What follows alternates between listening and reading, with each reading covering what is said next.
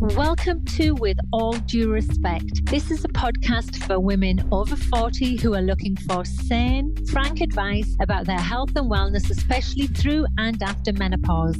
I'm Amanda Thebe, a personal trainer and nutrition coach, and the author of the best-selling book, Menopausal: How I Learned to Thrive During Menopause and How You Can Too. I'd love you to join me every week as I chew the fat with some fab guests on hot topics that directly impact you. I also know the power of conversation is lost, and there's nothing better than sitting down for a natter with your mate and putting the world to rights. And that's exactly what I'll be doing with this podcast. We'll really get to know my guests, warts and all.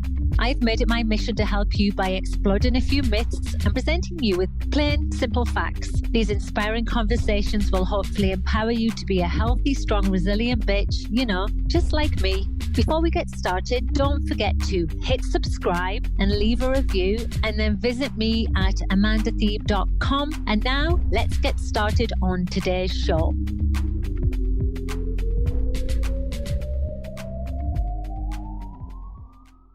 Hi everyone, welcome back to With All Due Respect. I'm Amanda Thebe, and today I'm joined by Dr. Pauline Maki, who is a professor of psychiatry, psychology, and obstetrics and gynecology. She's the Associate Dean for Faculty Affairs at the University of Illinois at Chicago, and she also serves as Senior Director of Research at the UIC Center for Research on Women and Gender. For the past 25 years, she has led a program of research on women's health, particularly women's mental health and cognitive health. She has over 200 scientific publications on this topic, and her research addresses important issues in women's health, such as how hormone changes and menopause symptoms can affect women's cognition, brain function, and mood at midlife, and the effect of hormone therapy on cognition and mood. I didn't realize this, actually. I don't know why, Dr. Maki, but you were the past president of NAMS, the North American Menopause Society, and has so many awards. I just don't think we have time to read them all out.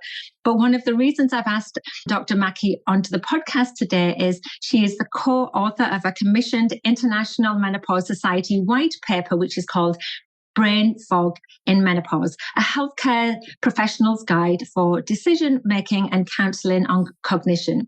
And she's been quoted as saying the most helpful thing we can do is to normalize these experiences for women who are transitioning through the menopause and let them know that women's brains are sensitive to fluctuating levels of estrogen, both in terms of cognitive ability and mood. And I think we can all agree that we've probably all experienced something along those lines. And so thank you and welcome to the show. I hope I did you justice then, because it's a pleasure to be with you, Amanda. Thank you for having me. Thank you for being here. So I became aware of your work after being part of Dr. Lisa Mosconi's research study in New York about women's brains and Alzheimer's through menopause, and also because of colleagues that have listened to you speak, went to the International Menopause Society last year in Portugal, and really respect your work. And so I love the fact that you took the time to come and speak to us, because what I often feel like happens as somebody who seems to represent the patients or women in menopause is that a lot of the headlines get maybe misconstrued or seem very finite and binary, and we don't always know how to interpret them. I read your white paper. I feel like I got a good understanding of it. And I think maybe I've got a bit more context when I read them as a lay person, but it actually is very easy to digest. So if anyone's listening to this, I highly recommend that you check that out, and it will be linked in the study. So first of all, can you just sort of tell me before we start, like, what got you into this field and why menopause in particular?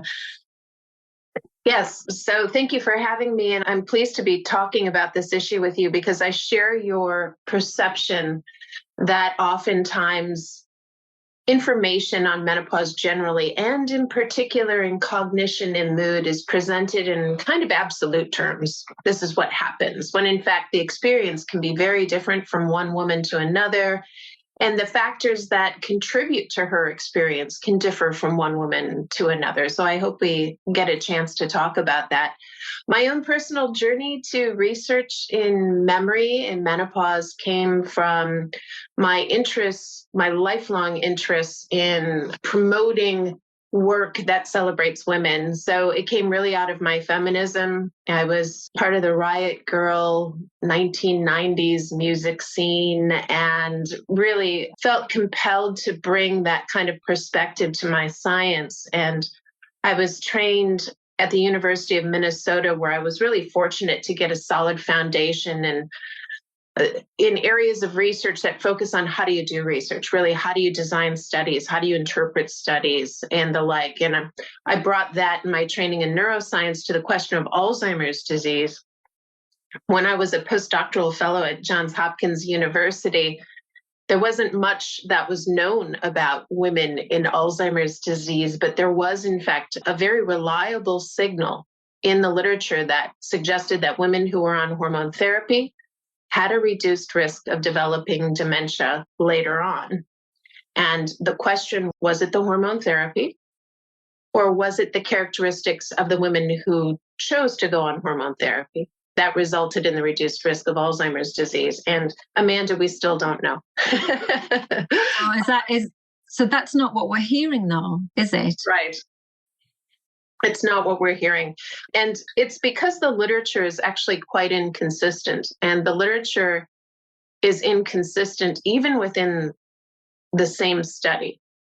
So there's only one study that asks the question, does taking hormones prevent the development of Alzheimer's disease? Where the study was the proper randomized placebo-controlled study.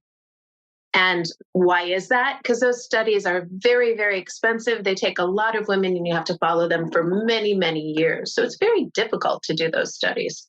So that study chose the formulation of hormone therapy that was the most popular one, which was a good rationale. Most women were on this formulation that was something called conjugated equine estrogen and medroxyprogesterone acetate. So is it the Premarin? Yeah, it's the Premarin. Yeah, it's Prempro. That's the trade name, yes. And they studied this. And what they found is that women who went on that formulation, far from being protected against dementia, actually showed twice the rate of all-cause dementia if they were on the active hormone compared to if they were on placebo. And that was after about 5.2 years. That effect was only observed in the combination estrogen plus progesterone arm.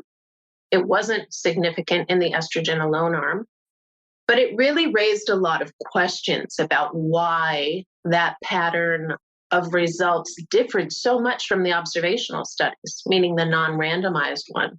So why did we go into this study thinking, wow, there's this reliable signal that hormone therapy reduces Alzheimer's disease? And then we test this in a randomized trial and we see exactly the opposite. And the theory, the pervasive theory, one that I adhered to at that time, but I don't so much anymore, was called the critical window hypothesis or the timing hypothesis, which is the idea that if you take estrogen early, it's going to be protective. And if you wait too long, it's either neutral or harmful. So that study would suggest that there's the randomized trial data all suggest one thing, and that's harm. Well, move forward 18 years later, and there's a longitudinal follow-up study in that same cohort, but it's expanded to have all 27,000 plus women in that randomized trial. And they looked at how they died. And they asked the question, were women who were randomized to hormone therapy more likely to die from Alzheimer's disease? And surprise, surprise, the women who were randomized to estrogen alone were significantly less likely to die from Alzheimer's disease or dementia. So even the same study didn't line up because the most recent study suggested, hey, it could be protective, where the earlier study suggested it could be harmful. So we mean you've gone from being protective to not being protective back to being protective again. Okay, yeah. So then you're left scratching your head going, well, what does this really mean? What does this really mean? And to make matters even more confusing, the quote benefits that were observed in the 18-year follow-up study were observed in women in their 70s.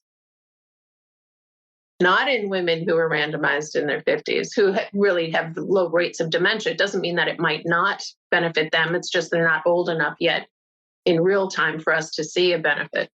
But the 70-year-olds appeared to benefit. So a lot of people took that as being very consistent with the early literature, and it is.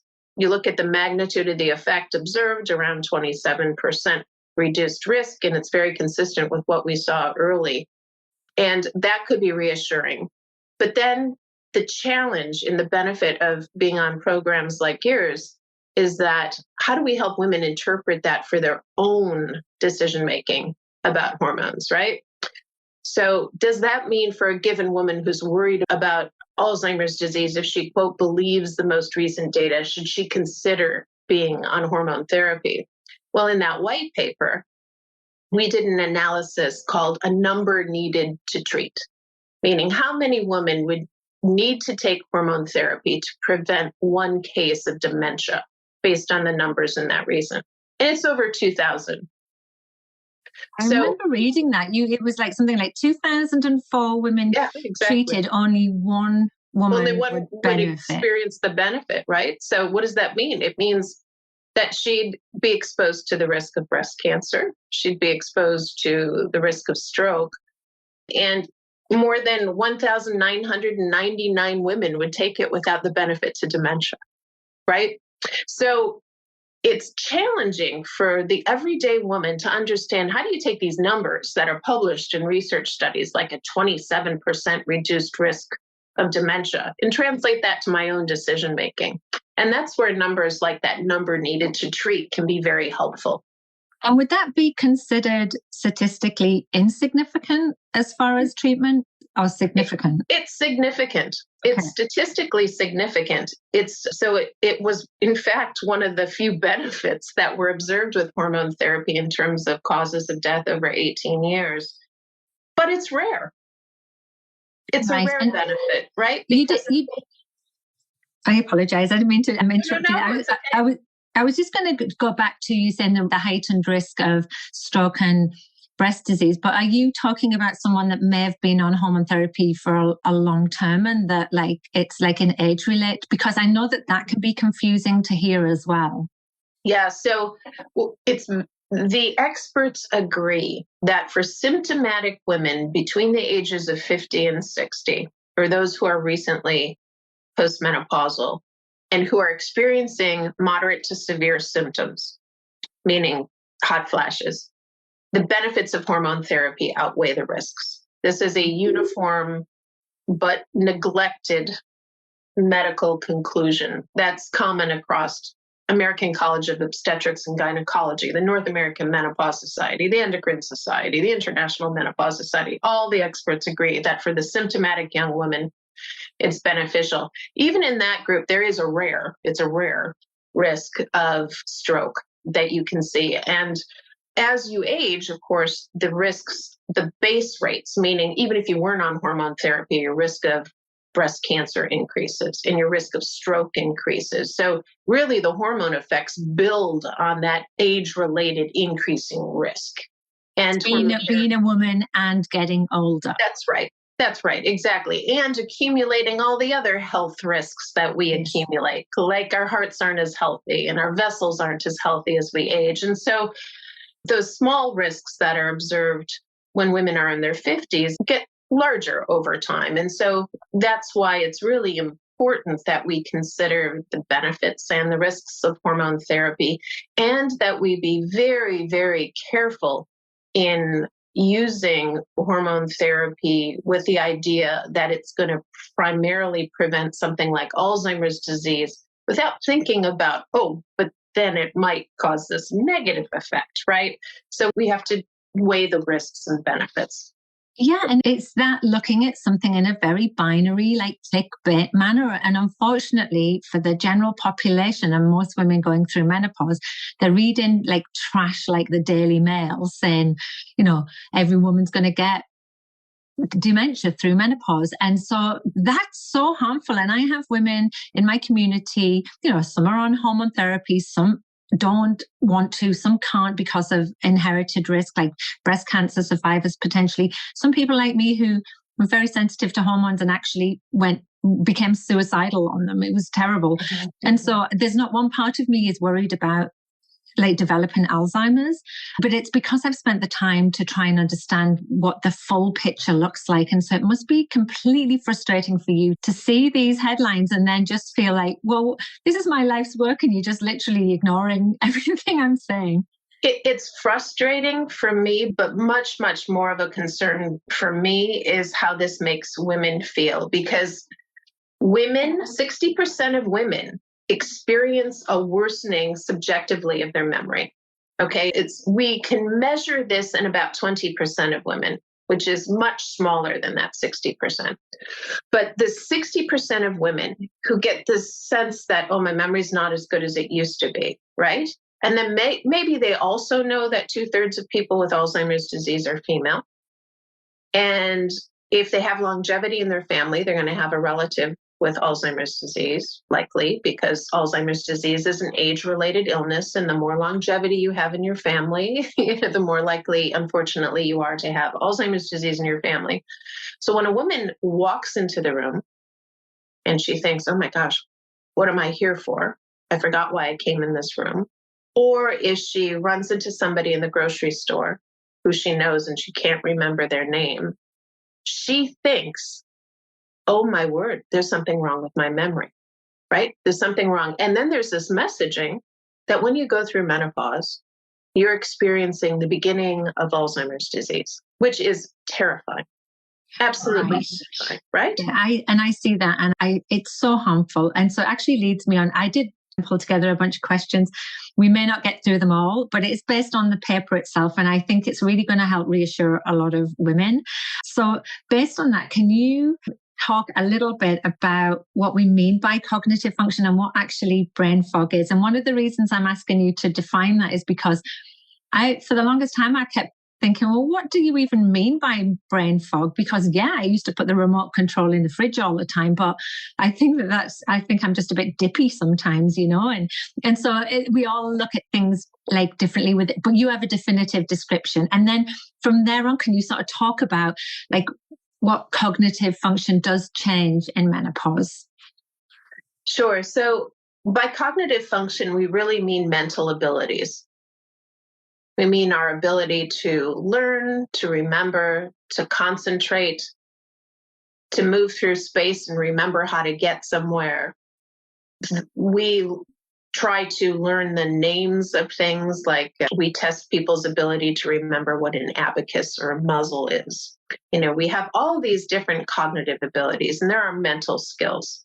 So then we talk about brain fog at then we talk about brain fog at menopause, and that's really a subjective experience. It's not how we don't have a brain fog index, for example. We measure discrete cognitive abilities, but the subjective experience refers to the constellation of symptoms that women experience around the menopause transition that very frequently manifest in difficulties learning new material, remembering new material, paying attention. And they involve things like difficulty remembering people's names, difficulty remembering what one was going to do when one walked into a room, as well as this general fogginess, this inability to fully focus and be present on the task that you want to be present in. And women describe this as a fog. We think that it probably represents alterations in brain networks that are plastic. They're adapting to hormonal changes. And we know from prospective studies that the cognitive changes that women experience do generally resolve. So the brain does adapt to these cognitive changes for most women. And you're talking about like after the menopause transition. After the menopause. Yeah. So how do we know this? I mean, this is really reassuring to women. We know this because there are now 6 prospective studies. Prospective means they follow people over time and they measure their cognitive abilities from the time they're premenopausal to postmenopausal. And you study a variety of different cognitive abilities and you say, do those cognitive abilities change? And if so, which ones are doing that? And then do they improve? And there's one cognitive ability that reliably shows a decrease as women transition through the menopause. And that's the ability to learn and remember verbal material. So you and I right now are engaged in a conversation. I'm presenting words to you. It's verbal material. And 20 minutes from now, you may be trying to recollect what you and I talked about. That's simply what verbal memory is, or a grocery list. It's trying to remember those. And it's such an inherent part of our daily lives. And interestingly, Amanda, women show a lifelong advantage in this compared to men. And we know that if women's ovaries are removed, their verbal memory decreases. And if you add back estrogen, it improves. So there's proof of concept that estrogen plays a causal role in this change. Somehow, however, the brain adapts, because if you follow these women longitudinally, you find in most studies that the ability to recall comes back. The ability to encode, to get it in there in the first place, may or may not. We don't know yet. But there are huge, huge individual differences in this. And is this when you say the brain adapts, rebounds, like comes back? I have to just add here that I've seen my brain scan 4 years post-menopause, and apparently it's big, fat, and juicy again. Oh, good for you. Makes me happy, but I feel a difference 10 years through my process. Like I feel like I'm back. Thank goodness I'm an analog girl. Everything you're saying is getting written down and recorded and typed up, whatever. Yeah. I do whatever it takes to remember things. But sorry, just going back to what you were saying about these prospective studies, you were saying that you do see the adaptation happening. Was that for women only on hormone therapy or women? No. The brain adapts. In the most beautiful study I know on this, which is hypothesis generating, is one where they suggested that the left memory circuit, particularly the hippocampus, that's the area of your brain that's active right now if you're listening to me. As we age, if we're traveling overseas and we're sleep deprived, we need to bring in other brain areas to do the same task. And typically the brain area that we bring is the same brain structure on the opposite side of the brain. So this is the right hippocampus. So what Emily Jacobs demonstrated is the idea with Jill Goldstein. What she demonstrated is the idea that the lower the level of estrogen in the postmenopause, the more women are recruiting the right hippocampus. So that may be the way the brain adapts, is by recruiting the right hippocampus. And interestingly, 20 years ago when I discovered where estrogen, with Susan Resnick, where estrogen, does its thing for cognition in the human brain, we found that hormone therapy increased activity in the left hippocampus. So it kept it kind of young. And that's the signal. And then when I study how hot flashes affect the brain, I find that the right hippocampus has to work harder and harder and harder and harder. So this idea of what we call neuroplasticity is probably how the brain adapts. And the healthier your brain, so when you do the things that you do, Amanda, when you work out and when you eat very well, your brain's ability to adapt to these stressors and these challenges is much better. And so, building up a healthy brain prior to menopause and after menopause is one of the best things you can do. Now that's not to say that all women have control over this. You were just describing how you personally have negative reactions to hormones, your mood, right? That's a genetic thing. That all the lifestyle factors in the world wouldn't change your reaction to that, right? And right. Women need to be kind. Women need to be kind to themselves and recognize that about themselves too. For people who are hormone sensitive, either way, if you're sensitive to the onboarding of hormones or if you're sensitive to the offboarding of hormones, that's when we think about solutions that aren't necessarily all lifestyle. Yeah.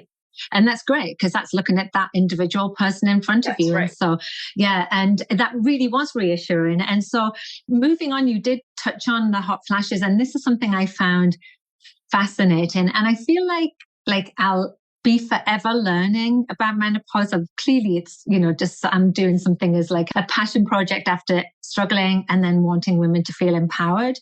But I love the idea that you were talking about, like how this brain sort of adapts and adjusts through the menopause transition or perimenopause, as some women would typically call it. You were talking about how symptoms are connected, and you see the idea that our hot flashes obviously are night sweats and they keep us up, and our sleep impacts our symptoms as well. It's this compounding sort of I don't know, it's like playing whack-a-mole with our symptoms, isn't it? But it impacts our brain and it literally makes our cognitive function worse. And can you explain what that looks like and sort of what that means to a woman who is struggling? So if she's struggling through the menopause transition with the hot flashes and insomnia, which is pretty common, what she can do to help herself through that time and how it impacts our cognitive function. Yeah. So there's a lot in there. What I might start by saying is that my menopause is not your menopause. And so we need to be very respectful of other women if we, for example, haven't had a difficult time in menopause and others say that they are. It is not one experience any more than postpartum depression is one uniform experience, any more than, late menstrual cycle irritability is one uniform experience. And part of the way that menopause differs from one woman to another is the level of symptoms and the specific symptoms that a woman experiences. And we know that there's a cluster of about 17% of women who experience problems with mood, problems with sleep, and problems with hot flashes that are disturbing. It's not, the norm. And we also know there are 27% of women who actually experience very low symptoms, 27%, right? So we don't want to medicalize something that for some women is normal. And at the same time, we don't want, because our experience of menopause was so easy, to be too judgy about the other 17% who are experiencing. And you're on about symptoms that are severe enough to impact quality of life. Exactly. And so that's where we get to your question, is for these people who have the sleep disturbance and the hot flashes, for example. And my good colleague and friend, Rebecca Thurston, did this beautiful study where she measured hot flashes and sleep objectively. And she reported that 75% of hot flashes during nighttime hours are accompanied by awakenings. I was going to say no shit.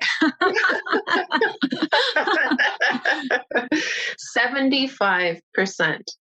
And, for women with untreated hot flashes, they don't necessarily even know how many they're having at night. I record these hot flashes objectively with these monitors that detect changes in what we call electrodermal activity. It's basically how electrical signals change when skin is sweaty. We can measure that, and there's a characteristic response that our bodies make on this monitor when we're having a hot flash. So I can measure objectively when women are having them, even if they're asleep, and even if they don't wake up to them enough to recall that they're having them. And Amanda, I've had women who have had 52 in one day. It's 52 crazy. hot flashes in one day. And then they're waking up, 10, 12 times at night. And this is happening day after day, week after week, month after month, year after year. And we know for white women, hot flashes last on average 7 years. For Black women, it's, 10 to 11 years. And that's 50%. So that means that for 50% of Black women, they last longer than 11 years. So that's a whole heck of a lot of sleep deprivation, right? So we're very interested, and the main focus of my work is for those women who continue to have moderate to severe untreated hot flashes. Is that the thing? Is that the focus that we need to learn more about so that we can better prevent Alzheimer's disease? Because we don't yet know if it's causal, but we've shown a very strong association between hot flashes and brain function, hot flashes and memory problems, and hot flashes and these tiny little strokes in the brain that never go away once you have them. So, and this is for moderate to severe hot flashes. So your question about how we can help women sleep better, I contextualize it that way because it tells you the importance that I give to your question. I think it's probably the question. How do we help women, especially women with hot flashes, to sleep better?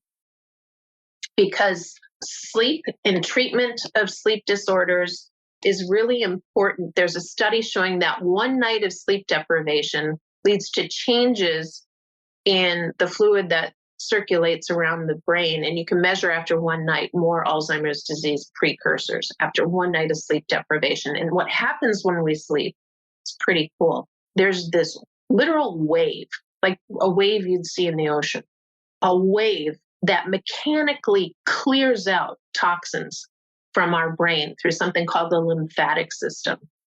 And it's thought to be one of the reasons, quote, why we sleep, right? Is to clear our brains like from a reset. Yeah. Reset it, right? In some of the toxins are these Alzheimer's disease proteins. So we really need to help women to sleep better.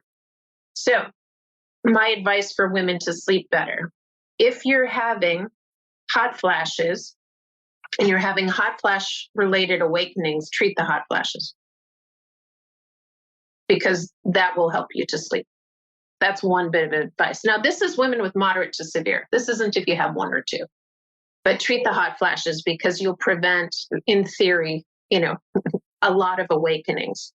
But a lot of women will have sleep disturbance without the hot flashes. And that's right. A lot of women do. And so that's where we get into discussions about, do you intervene with a medication? Do you intervene with a lifestyle? Do you intervene with what we call a behavioral therapy? I do not recommend that women take pills to improve their sleep. Sleeping pills don't restore sleep the way sleep occurs naturally. And so it's not as restorative as, quote, real sleep.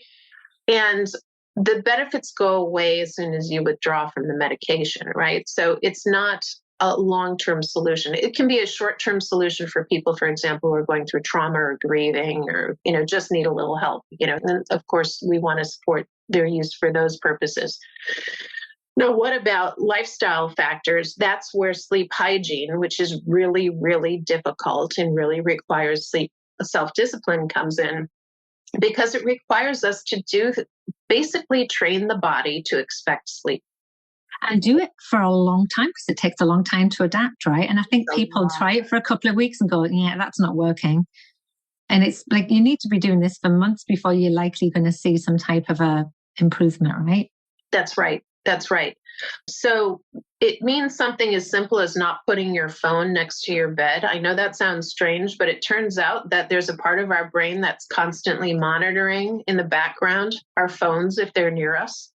So we can't rest because there's this little activity button, if you will, next to our bed. We need to try to go to bed at the same time. We need to exercise early in the day. We need to avoid caffeine and too much alcohol later in the day. We need to only use our rooms for sex and for sleeping. We can't work in there. Our brains learn what we do in certain areas of our home, and our bedrooms need to be a place of rest and a place of sleep. And that's a key part of sleep hygiene.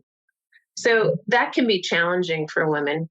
But behavioral therapies are a really good and underused treatment for sleep. So one of the most evidence-based ways of helping us to sleep is called cognitive behavioral therapy for insomnia, ICBT. And there are apps that you can get for this, very evidence-based. You train yourself to go to sleep. There's a little bit of sleep hygiene, but there's also tools to manage the thoughts and other processes, emotional processes that keep us awake, And especially for women going through menopause who maybe have some anxiety and stuff, and that's often what stops them getting to sleep, isn't it? So exactly. I know personally women that have really benefited from CBT, so I'm glad you put that in there. And I'm a big fan of like sleep hygiene, and so. Yeah. So can I just move on to you're very clear in saying that menopause doesn't cause dementia. And I think that that's something that I'd love women to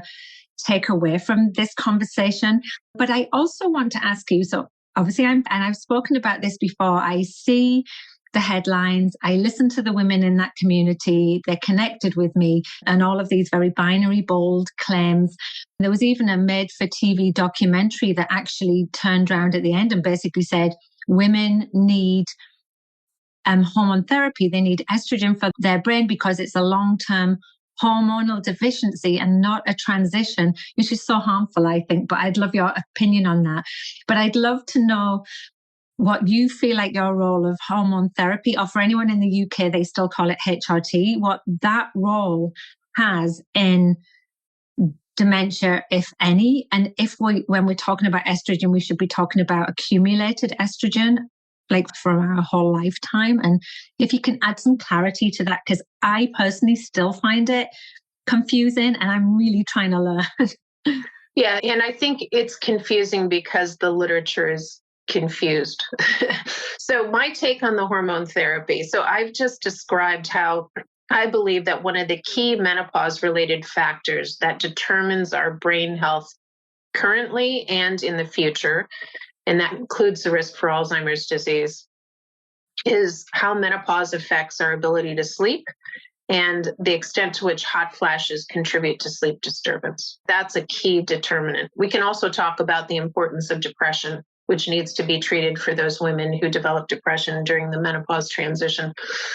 But it's, more the menopause symptoms in general that I think should be the target of what we address to optimize brain health in women. So I think women should use hormone therapy for the indication that it was approved for, which is the treatment of hot flashes. I think women are underutilizing hormone therapy for that purpose.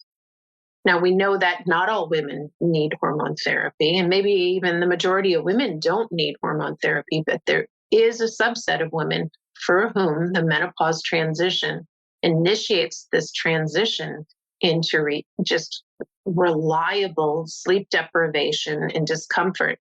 And when you and I are sleep deprived, we get snippier, we get more irritable, we crave foods that are not good for our body.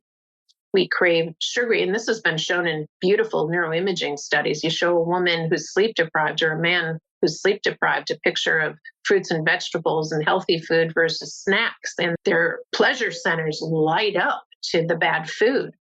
So this sleep issue, I think, is key. And so I'm a big fan of treating the hot flashes, probably with hormone therapy, oral contraceptives during the perimenopause, hormone therapy during the early postmenopause, and then withdrawing it. And Pauline, why are you saying you should withdraw? Well, there's some evidence that suggests 5 years, and this is not true for hormone therapy generally, people. This is just for the cognition, that 5 years might be the sweet spot here. That 5 years of hormone therapy to kind of get you through the worst of it is maybe ideal if you're symptomatic. So that's where I think hormone therapy plays a role. There's a second group of women where I think hormone therapy plays a really important role. And this is, Amanda, theoretical, and it's based on the mood literature. But we do know that there's a subset of women for whom withdrawal of estrogen triggers things like postpartum depression and triggers perimenopausal depression. Not the majority of women, but there is a subset of women. Those women may benefit from estrogen for a longer time period. In their experience of something like postpartum depression, maybe, we don't know for sure. It's a very difficult thing to study definitively because you'd need to follow a woman from the time she was pre-pregnant, through pregnancy, postpartum. Now she's transitioning through menopause. So it's a very difficult thing to study. And you also don't know how she's going to respond, right? I suppose there's the big studies like the SWAN study that maybe might have that type of data in it. They don't have prospective data through pregnancy. Yeah. Right. Because they started at perimenopause. Yeah. That's right. They start at perimenopause. What about like if you can't take hormone therapy and you have hot flashes, so you take, say, an antidepressant or gabapentin with those off-label benefits to help with hot flashes? Is that also like an option for women? One of the most egregious absences of data, information for women is the lack of research that shows that treating hot flashes with an estrogen improves her memory and well-being. The studies on cognition were done in women with low symptoms.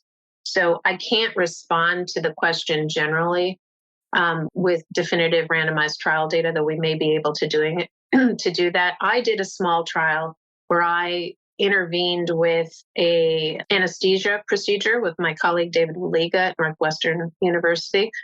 We intervened with this anesthesia procedure, which took away 50% of moderate to severe hot flashes. And then we correlated the improvement in hot flashes with the improvement in memory, and they were very strongly associated, suggesting that you can, in fact, use a non-hormonal intervention. It's a very exciting time in the menopause world because there's a new class of medications that's coming out that's non-hormonal and very, very effective in quickly and effectively treating hot flashes. And this is called an NK3 antagonist. This should be coming out this year. I'm going to disclose to you that I advise the companies that create these medications in the hopes that they'll study cognitive consequences of their medication, but I want to disclose that. So there's going to be one that's coming out this year, which is going to be a very exciting option for women who are looking for a non-hormonal intervention. Women, for example, who are older. I talked about this subset of women with persistent hot flashes, who I believe need to treat those hot flashes in order to optimize their brain health, if only to prevent the sleep issues that co-occur with those hot flashes. So that's going to be a very exciting option for women. And with hope, we'll be testing the hypothesis that using those improves memory in women who are symptomatic. So we'll see. It's an open question, but I'm excited about that. So yes, me too. I've been reading about it, and especially for those women that there's a contraindication potentially, and it just feels like a little bit of hope for them. I'm always looking for those little wins, those little like glimmers of light for women. And yeah, you said to me off recording that you're a runner. Yay for movement and how important exercise is. And so I'm wondering if you can, because I think that what happens when we talk about menopause and dementia, it almost becomes the conversation about, well, menopause and dementia are the reason. And we know that Alzheimer's or dementia and dementia-related illnesses are multifaceted and not just one thing. There's a huge component that's genetic and lifestyle. And I wanted you have a great graph in your white paper, which I took a screenshot of, that for what you need to do for optimal cognitive health. And I wondered if you would be able to touch on the importance of that, please. Yeah, sure. And I need to acknowledge my good friend and colleague, Nicole Jaff from South Africa, who assisted and co-wrote that white paper with me. And she's the one who was responsible for, that part of the article and that beautiful graphic.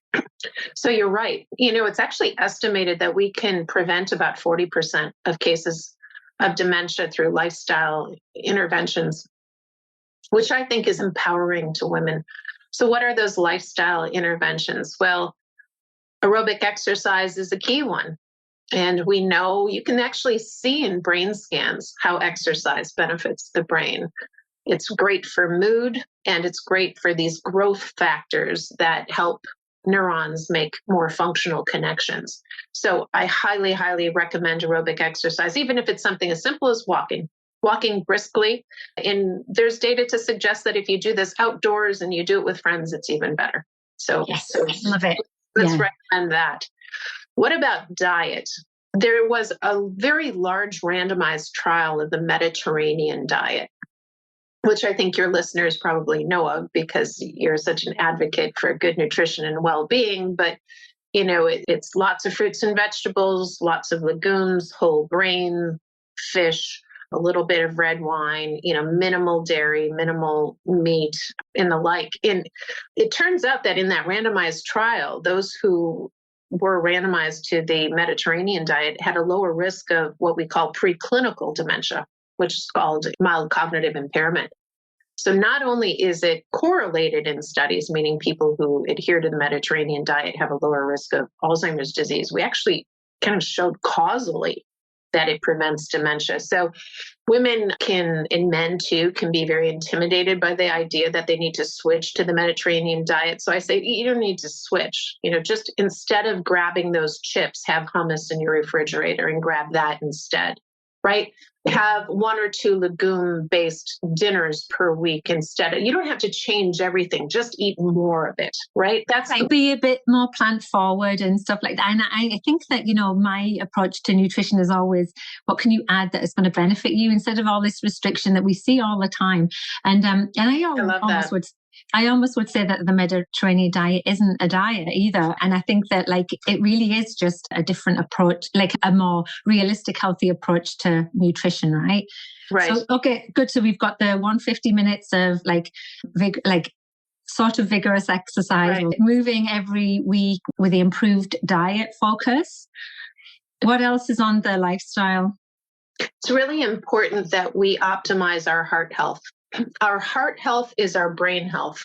Our cholesterol levels, our blood pressure, our predisposition to diabetes, those are all key determinants of our brain health. And those little strokes that I mentioned in the brain, if you have hypertension, you have many, many more of those. We actually see these on every Monday when we look at brain scans. We see these white matter hyperintensities, these tiny, tiny lesions. And very often when we look at a brain and go, wow, there's a lot of white matter hyperintensities there, that's a woman with uncontrolled blood pressure. So you really want to maintain your heart health in order to optimize your brain health.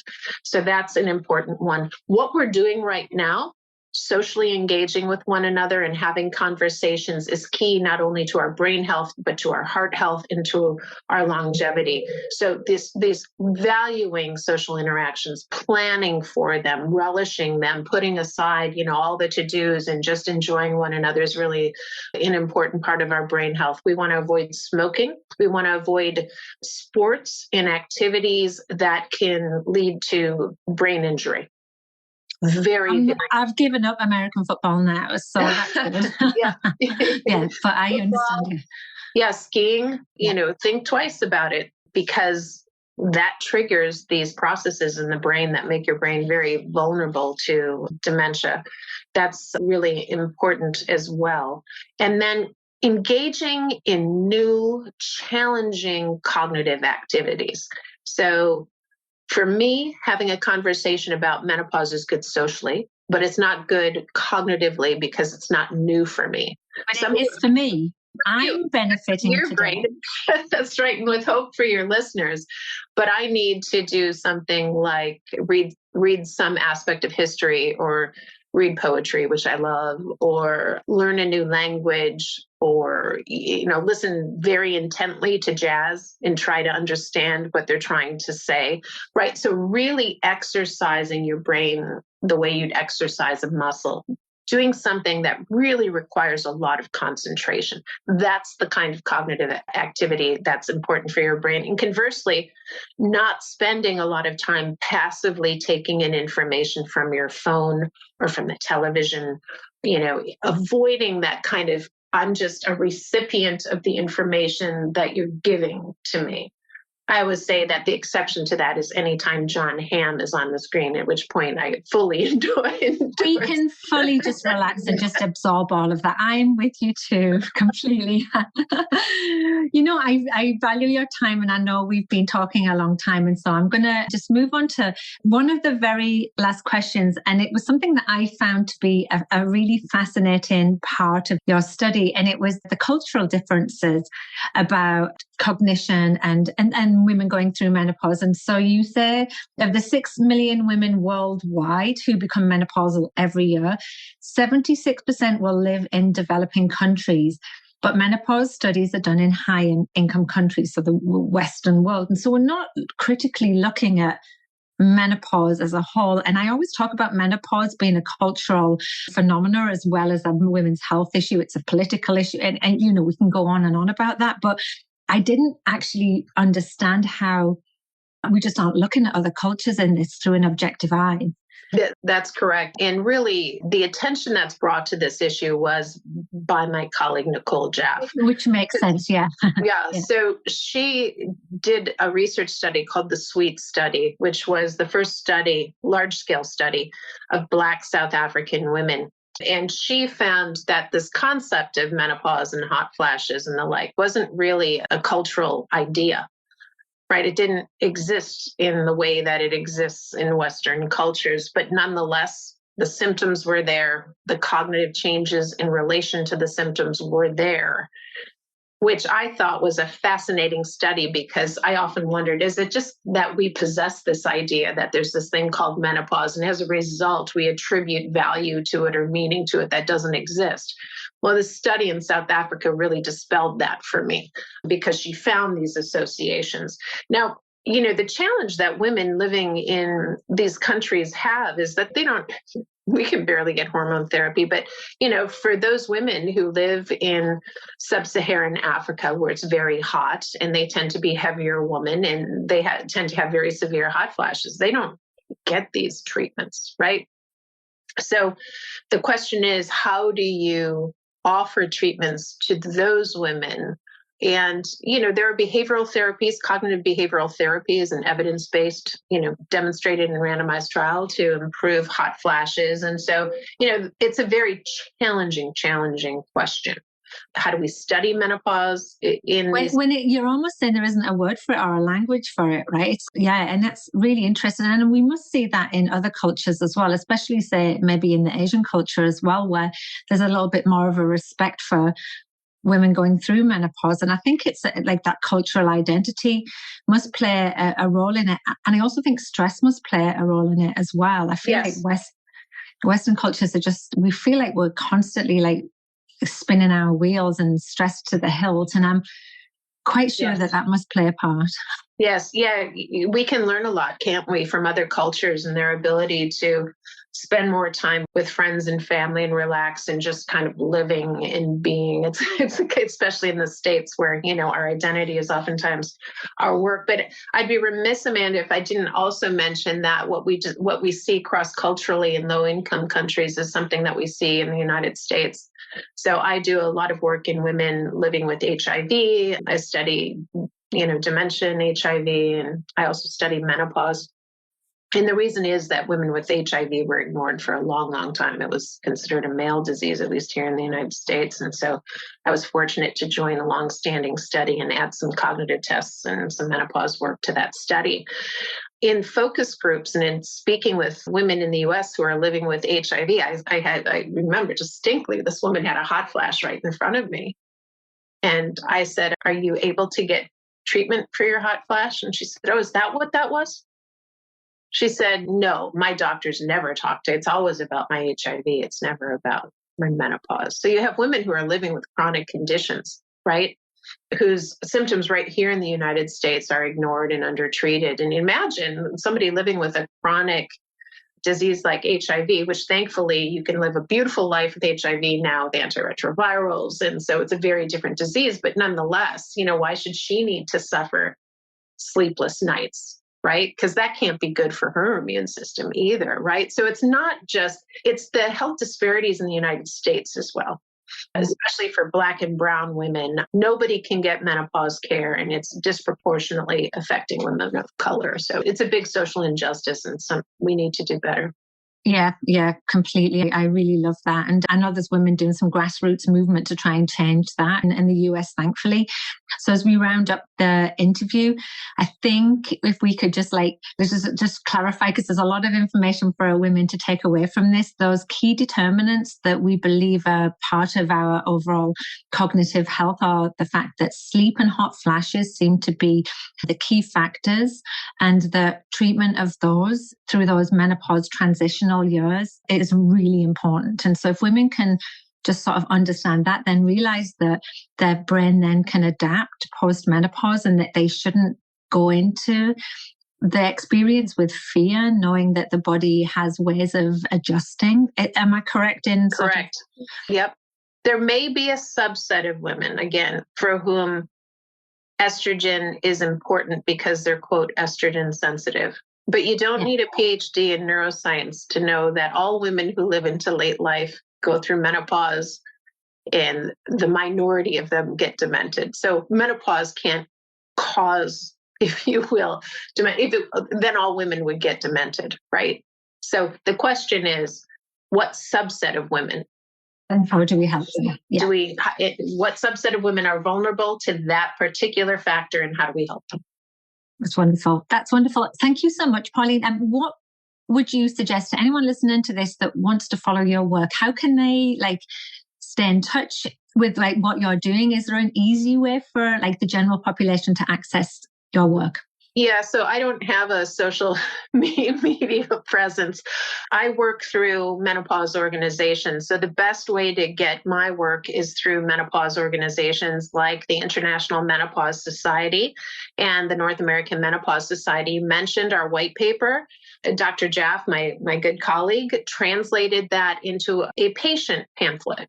And it's available in 9 different languages. And so there is both the professional one that you read, and thank you for saying it was easily digestible. That was our goal. But there's also one for patients, very, very easy to read. You can get that at the IMS website. Simply Google IMS brain fog, and you'll probably... I will link to it. And I love that it's been translated too, because we have an international crowd listening. So yeah. And the other way I would say really quick, because people are busy, you can Google my name in YouTube and find some interviews that I did with Dr. Marla Shapiro. They're maybe 4 to 5 minutes, and I talk about cognition. And I also talk importantly about mood and depression.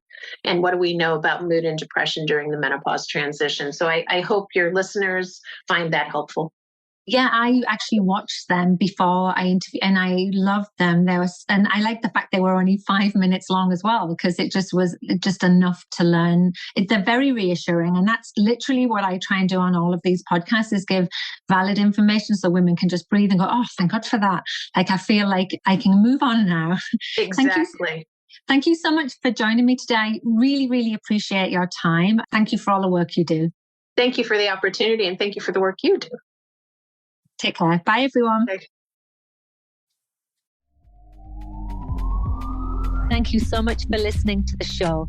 If you like what you hear, then why not subscribe to this podcast and leave me a review? You see, when you do this, it helps to raise the profile of my show and attract new listeners. And it also allows me to continue to deliver valuable content with great guests. And in return for you doing that, I will send you my 12-week core-focused program called Abs on Fire as a thank you. Simply drop me an email at amanda@amandathebe.com and I'll wing that your way. Bye.